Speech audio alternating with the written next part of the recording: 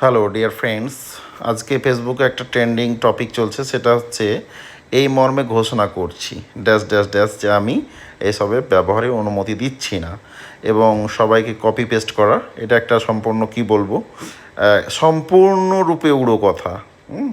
এরকম কোনো তথ্য ফেসবুকের পক্ষ থেকে নেই। ধরুন এই যে তথ্যটা, যে আমি এই মর্মে ঘোষণা করছি, ঠিক জাস্ট একদম সবাই কপি অ্যান্ড পেস্ট, ঠিক আছে। এবং এখানে একটা আইনজীবীর মানে কথাও বলেছে। তো আমি এটা নিয়ে চ্যাট জিপিটিকে প্রশ্ন করেছিলাম। দেখুন,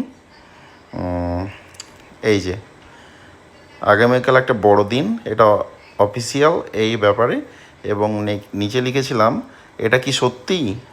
প্রথমেই না, এই বার্তাটি সম্পূর্ণ মিথ্যা, ফেক, ওকে, একটি গুজব।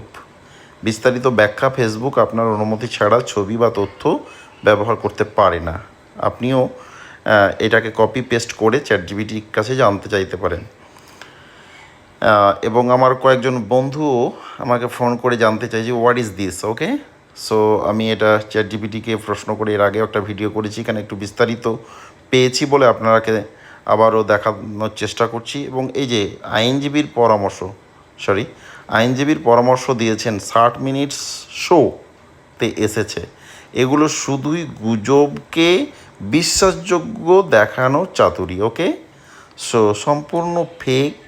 আসল কি, আসল সত্য কি? আসল সত্য হচ্ছে কখনোই মেটা বা ফেসবুক আপনাকে না জানিয়ে আপনার তথ্য ব্যবহার করতে পারে না। করণীয় কি? এই পোস্ট শেয়ার করবেন না। যদি কেউ বার্তাটি শেয়ার করে তাকে বিনয়ের সাথে বলুন যে এটি একটি গুজব। সো আশা করি আপনারা বিষয়টা পুরোটাই বুঝতে পেরেছেন। Thank you.